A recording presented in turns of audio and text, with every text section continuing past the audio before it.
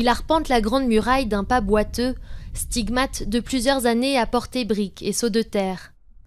Ces remparts, Yang Yongfu les a reconstruits lui-même, suite à un appel du gouvernement chinois il y a une dizaine d'années pour protéger ce monument national. Le segment qu'il a ainsi privatisé remonte à la dynastie des Ming, qui a pris fin il y a plus de 300 ans. Grâce aux efforts de cet homme, cette portion de la muraille, jadis en ruine, est devenue une attraction touristique. Au début, les gens n'ont pas compris pourquoi je me lançais dans une telle entreprise. Ils disaient que j'étais fou. Le paysan a investi plus de 600 000 € dans ce projet, à la fois de ses fonds propres et d'argent emprunté à des amis. Aujourd'hui, lui et sa femme accueillent 20 000 visiteurs chaque année.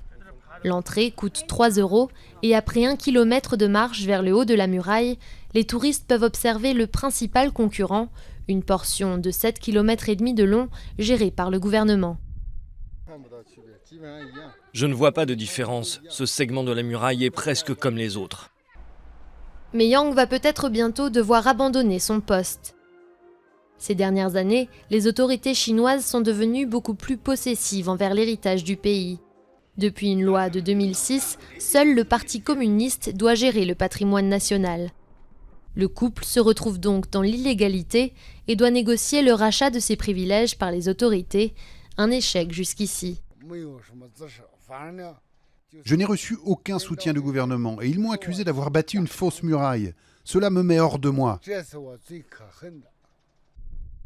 Yang se dit endetté de près de 125 000 €. Mais il assure ne rien regretter. Pour lui, restaurer cette muraille était avant tout un acte de patriotisme.